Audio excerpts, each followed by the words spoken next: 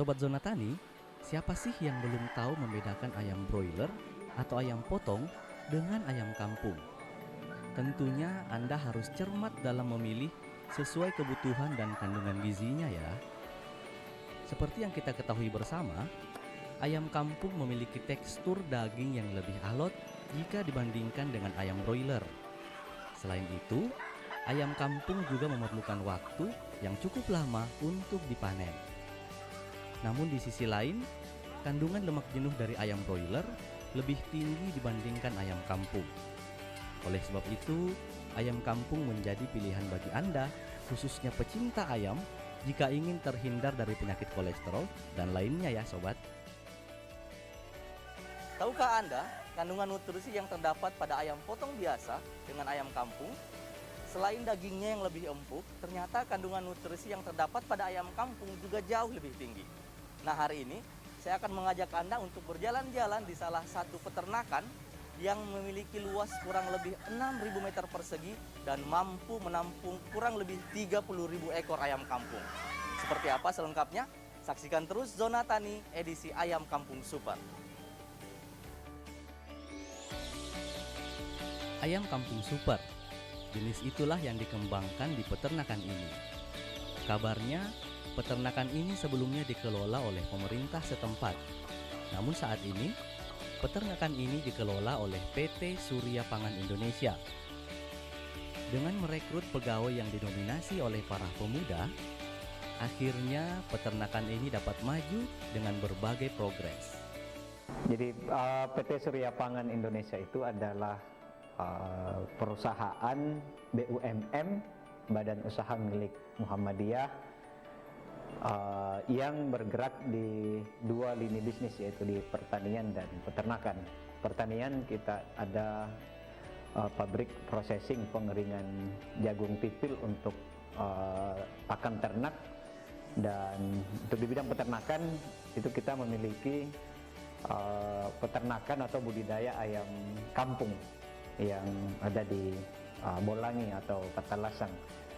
Selain itu kita juga saat ini sementara mengembangkan satu produk hilir selain jagung pakan dan ayam live bird ya untuk ayam kampung. Nah, kita juga saat ini mengembangkan satu produk kita sebut ayam kampung frozen dengan olahan berbagai macam bumbu yang siap saji, siap masak dan siap goreng seperti itu. Peternakan ayam kampung super ini memiliki luas lahan kurang lebih 6.000 meter persegi. Dengan luas lahan tersebut, di peternakan ini mampu mengembangkan kurang lebih 30.000 ekor ayam kampung.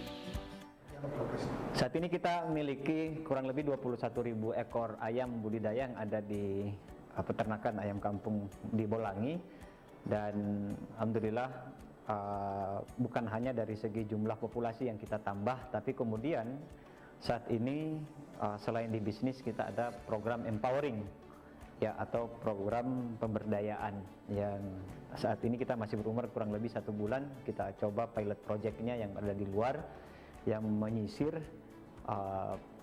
lebih kepada program pemberdayaan cabang ranting Muhammadiyah yang ada di Kabupaten Goa saat ini, yang kurang lebih ayam ternak di luar saat ini kurang lebih berada 5.000 ekor yang diternakan oleh mitra kita di mitra PT SPI seperti ini.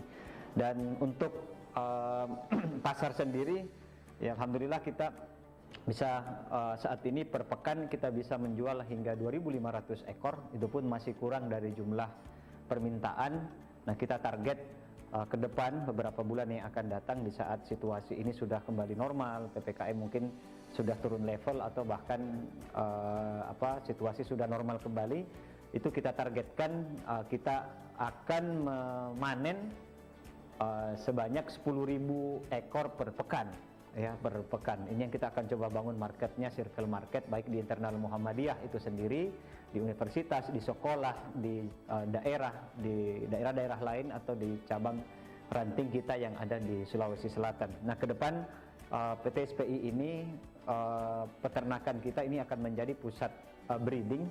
Ini yang kita akan coba menuju ke sana, pusat breeding atau pusat penetasan ya, DOC atau day old chick bibit ayam kampung yang ada di Indonesia Timur. Itu kita sudah menuju ke sana, tentu selain menjadi pusat budidaya ayam kampung terbesar yang ada di Indonesia Timur. Selain itu, PT SPI juga ini bukan hanya menjadi perusahaan yang berorientasi profit, tetapi kemudian tadi saya sudah sebutkan kita berorientasi kepada sosial ekonomi kemasyarakatan. Sosial ekonomi kemasyarakatan dengan kegiatan empowering atau pemberdayaan mitra-mitra kita yang ada di cabang ranting. Sekarang kita lagi mencoba kita coba menggagas satu kerjasama dengan Lembaga Zakat Muhammadiyah, yaitu Lazismu. Ini kita akan coba melakukan pemberdayaan dengan anggaran sekian, para duafa kemudian kita coba ajar, kita coba latih untuk bisa beternak. Ya, dari sini kemudian Lembaga Zakat Muhammadiyah ini akan menyiapkan kandang, dan kemudian PT SPI ini akan menyiapkan ayam darah yang kemudian kita akan adakan kerjasama. Selain empowering, yang ketiga kita juga berorientasi kepada pendidikan, bahwa kandang kita ini bukan hanya pada beternak kemudian jual beli menghasilkan profit, tapi kemudian peternakan ayam kampung ini menjadi wadah atau tempat kita pendidikan gitu, apalagi dengan program Kementerian Pendidikan saat ini, yaitu berbicara tentang Kampus Merdeka dan Merdeka Belajar. Insya Allah bulan September atau bulan depan ini kita akan kedatangan mahasiswa-mahasiswa dari Fakultas Pertanian Universitas Muhammadiyah Makassar, ini yang akan belajar langsung di lapangan kurang lebih 2-3 bulan dengan program Merdeka Belajar.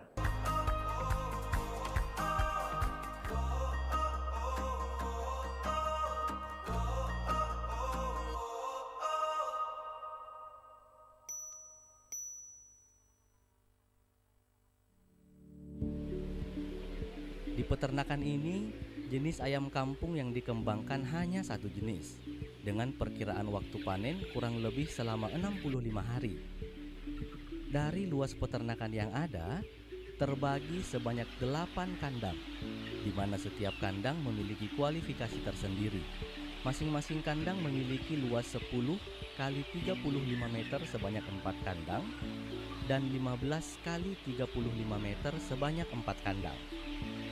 Sebelum memasuki lokasi kandang, kita terlebih dahulu melewati bilik disinfektan, di mana bilik ini tentunya untuk menghindari adanya virus atau bakteri yang dapat menjangkit ayam kampung di sini.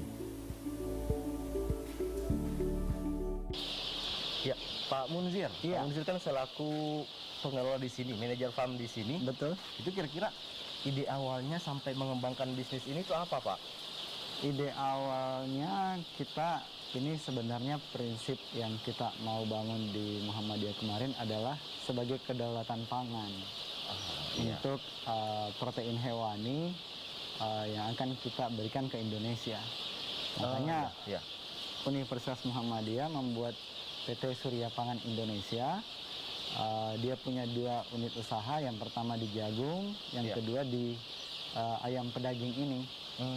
Nah, jenis pedaging yang kita punya ini di Jawa Persilangan atau Joper. Oh, namanya Joper, jenisnya Betul. Joper, Pak ya? Joper. Kemudian mengapa kita memilih Joper? Karena untuk saat ini Joper yang memungkinkan untuk diternakkan lebih cepat dibandingkan ayam kampung lokal sebelumnya. Seperti itu. Lebih cepat justru prosesnya ya? Ya, betul. Kalau dari usianya sendiri, yang sekarang sedang dikembangkan ada usia berapa sampai berapa aja nih, Pak? Usia kita punya 0 sampai 1 minggu, 2 sampai 3 minggu. Kemudian kita juga punya yang usia 4 minggu sampai sudah hampir panen. Itu bedanya. Kemudian kalau dari range usia itu, apakah penanganannya berbeda-beda ataukah tidak terlalu beda, misalnya tidak terlalu signifikan bedanya untuk masalah penanganannya? Secara prinsip sebenarnya hampir sama ya, karena ayam itu kan mereka harus makan, minum, kemudian dia punya suhu yang standar. Tapi untuk usia starter 0 sampai 30 hari dia punya penanganan khusus. Jadi dari suhunya Iya. nggak boleh terlalu dingin, dia punya suhu standar. Iya. Suhu yang cocok untuk ayam starter itu Iya. 29 sampai 32 derajat Celcius. Itu starter Ah, ah. usia 0 sampai Sampai- 30 hari. Betul. Iya. Kemudian Lepas dari usia 30 hari, itu dinamakan ayam darah. ayam darah. Iya, kalau orang Inggris bilang ayam grower. Iya, Seperti iya. itu. Bedanya apa tuh, Pak? Bedanya dia sudah cukup kuat ya imunnya ya, Iya. dibanding yang DOC. DOC itu day old chick. Kemudian dia sudah punya frame yang bagus, Iya. sudah tahan dengan penyakit. Kemudian dari posisi ayam darah ini, dia sudah diatur cara pemakaian pakannya, minumnya, kemudian sampai menuju titik panen. Baik, Pak Munzir, saya ingin tahu lebih banyak lagi tentang pengembangan di sini, jenisnya apa saja. Boleh. Saya boleh diajak untuk berkeliling? Boleh? Mungkin boleh. di area sini, Pak. Ah. Silakan. Iya Pak, mari Pak. Iya. Selain lebih cepat waktu panennya, jenis ayam kampung ini tahan terhadap penyakit, tapi tentunya harus diiringi dengan cara perawatan yang tepat dan cermat. Kebersihan kandang serta pemberian pakan yang teratur tentunya akan membuat ayam yang diternak memiliki kualitas yang bagus. 1 bulan itu merupakan fondasi untuk pemeliharaan ayam untuk sampai panen. Jadi di sini pertama yang harus dijaga adalah kebersihan. Jadi dia harus bersih terus, dan bukan bersih misalnya tidak ada sampah, tapi misalnya bersih dari virus, bakteri dan lain-lain. Makanya mulai dari air minum. Jadi air minumnya ini setiap pagi dan sore dicuci. Pencuciannya itu pakai desinfektan. Kemudian pakan ini harus standby terus, karena itu mempengaruhi pertumbuhan ayam. Apabila di ayam 0 sampai 1 bulan ini kehabisan pakan di tempat pakannya. Kemudian kenyamanan ayam. Kenyamanan ayam ini mulai dari suhunya ayam harus diperhatikan. Misalnya kalau pagi karena malam tirainya tertutup, otomatis amoniaknya naik kalau malam. Makanya kalau pagi dibuka cepat tirai. Kemudian setelah sekitar jam terlihat dari ayam yang mulai kepanasan dengan melakukan penting atau mangap-mangap, maka dibantu dengan kipas. Nah, itu menjalankan dengan kipas. Ya. Pemberian vitamin dan antibiotik pastinya sangat penting dalam beternak. Di peternakan, pemberian vitamin serta antibiotik dibagi dalam 2 fase. Pada fase pertama, saat ayam masih berupa DOC atau day of chick hingga berumur 30 hari, diberikan antibiotik sebanyak 1 kali dan vitamin sebanyak 3 kali. Sedangkan pada fase kedua, saat ayam berumur 31 hari hingga dipanen diberikan antibiotik sebanyak 1 kali dan pemberian vitamin sebanyak 2 kali. Selain itu, pada saat ayam berusia 4 hari dan pada umur 12 hari diberikan vaksin gumboro.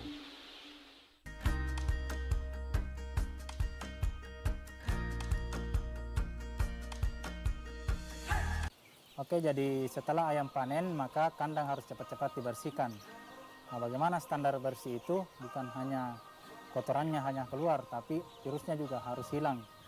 Nah, setelah kotorannya dikeluarkan maka dicuci dengan deterjen, air dan deterjen.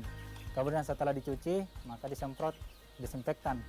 Nah, setelah disemprot desinfektan itu kandang sudah bersih, maka lantainya harus dikapuri. Kapur ini sebagai penetral, baik itu virus, bakteri, dan kutu-kutu itu akan mati dengan kapur. Kemudian setelah dikapuri, itu kandang bisa disimpan. Nah, itu namanya sudah standar bersih seperti itu. Maka idealnya kandang itu 14 hari, karena masa mutasi virus itu sekitar kurang lebih 1 minggu. Oke, kemudian setelah itu diberikan sekam sekam, ditaburi sekam yang akan digunakan andanya. Kemudian setelah itu dipasangi seng keliling. Kemudian setelah dipasangi seng, dipasangi koran. Setelah dipasangi koran, dipasangi pemanas. Kemudian setelah itu dipasangi, itu sudah ready DOC masuk.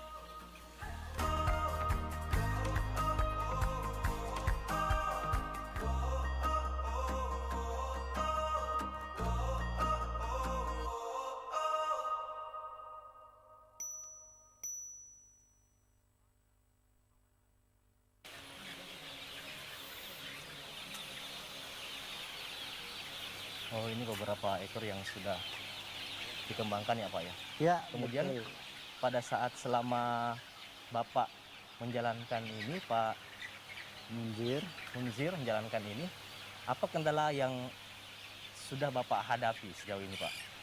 Sejauh ini kita menghadapi masalah musim ya. Musim. Betul. Jadi pada saat musim kemarau, ayam kendalanya biasanya di panas. Jadi kalau umpamanya panasnya ekstrim, maka operator kandang itu penyemprotan di siang hari, kemudian dibantu dengan kipas, kemudian semprotnya itu udah dilengkapi dengan desinfektan yang bisa mensanitasi ayamnya. Jadi dia bebas dari bakteri, sehingga ayamnya juga sehat Pak. Kalau di musim penghujan, nah itu kelembapan yang tinggi. Kelembapan yang tinggi itu mengakibatkan adanya bakteri yang lebih banyak ketika kondisi lembab. Ya. Sehingga kendala pada saat musim hujan itu lebih tinggi dibanding musim kemarau. Seperti itu. Seperti itu ya Pak. Jadi tapi Ya. sejauh ini alhamdulillah bisa diatasi Ya, betul. kendalanya Pak. Kemudian Alhamdulillah. kalau ayam-ayam seperti ini Pak, apakah ada vitamin atau vaksin khusus yang diberikan Oke. untuk ayam-ayam ini Pak? Untuk pemeliharaan buat budidaya pedaging ya, sebenarnya itu prinsipnya peternak itu yang pertama adalah nyaman sebenarnya. Oh, kenyamanan. Jadi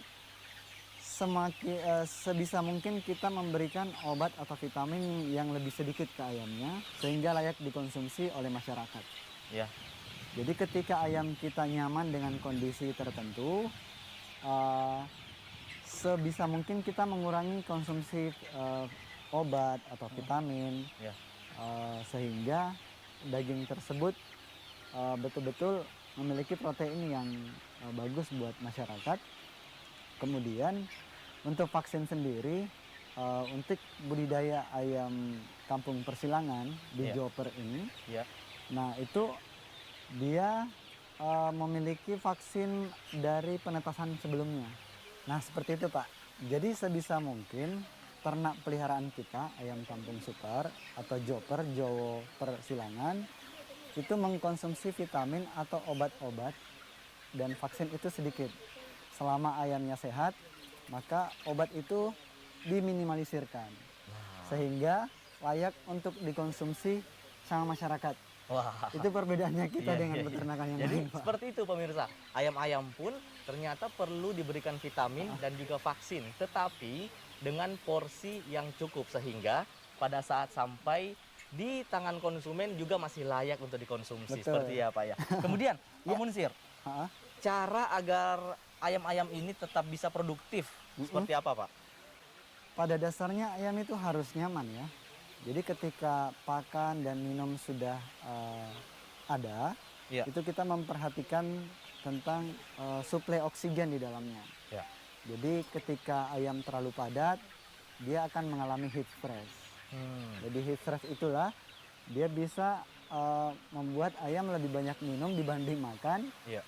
Kemudian untuk oksigennya sendiri itu lebih susah bernapasnya.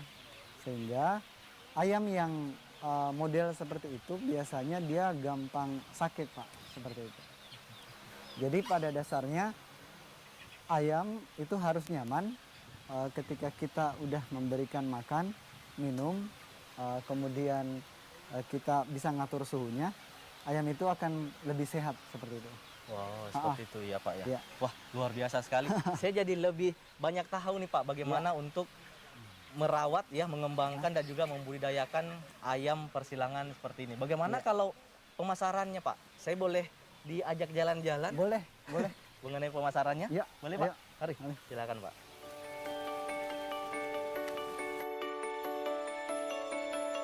Ada satu lagi keunggulan dari ayam jenis super ini, di mana harganya yang stabil dan lebih murah dari ayam kampung lainnya.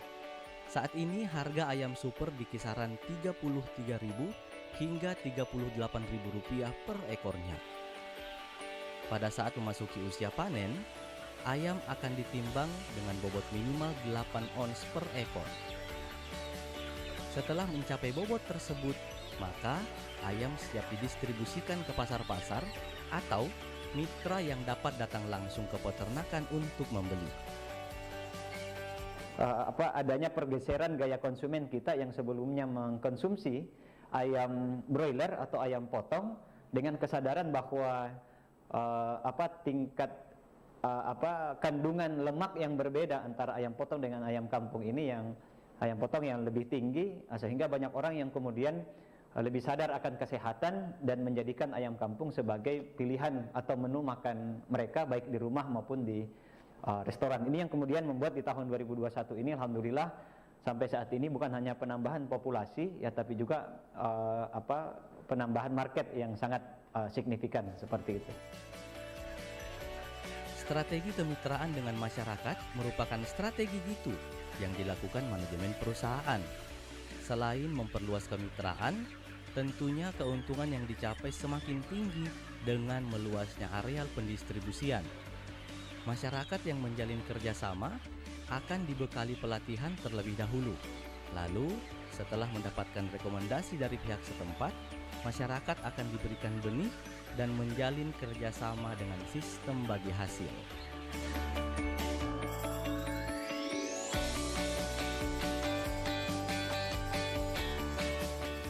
Nah, ini dia Pak, salah satu pendistribusian, artinya penjualan kami. Jadi pengepul datang ke farm kita, Ya. terus setelah itu mereka memilih bobot sesuai dengan timbangannya, Ya. lalu mereka mengangkut ke pasar, lalu dia bisa membawa ke rumah-rumah makan seperti itu. Seperti itu yang pendistribusian kita saat ini.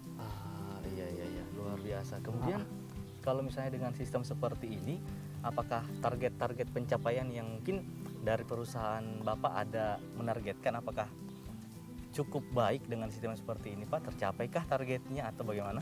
Untuk target sendiri alhamdulillah kita tercapai. Ya. Cuman di masa pandemi ini ya, kita tahu ya betul-betul strategi yang bagus untuk memasarkan ayam kita. Iya. Kemudian harus berpikir keras bagaimana caranya dari volume yang kita harus ternak setiap bulannya, Iya. Itu bisa tercapai ya dengan cara bagaimana kita bekerja sama dengan frozen food, karena mereka lebih bisa nyimpen lebih lama ya dibandingkan harus dia itu dalam bentuk hidup seperti itu. Iya. Jadi masa pandemi terutama PPKM sekarang Pak juga terdampak juga di bisnisnya Bapak, tetapi sudah punya strategi ya Bapak supaya bisa tetap bertahan Pak ya. Iya betul, dari Salah satunya yang tadi betul. frozen food. Frozen food dan unit usaha Universitas Muhammadiyah ini Iya. ya sebagai pilar kedaulatan pangan untuk protein hewani di Indonesia Timur. Jadi tetap kita harus maju terus, Pak. Baik, terima kasih Pak. Silahkan dilanjut, sukses selalu. Demikianlah pemirsa program Zona Tani edisi kali ini. Semoga apa yang kami tayangkan bisa bermanfaat dan bisa menjadi ide dan juga peluang baru untuk bisnis ke depannya. Jangan lupa saksikan terus program Zona Tani setiap hari Senin pukul 15.30 waktu Indonesia Tengah, tentunya di TVRI Sulawesi Selatan. Saya Rahmat Alfian, sampai jumpa lagi di program Zona Tani berikutnya.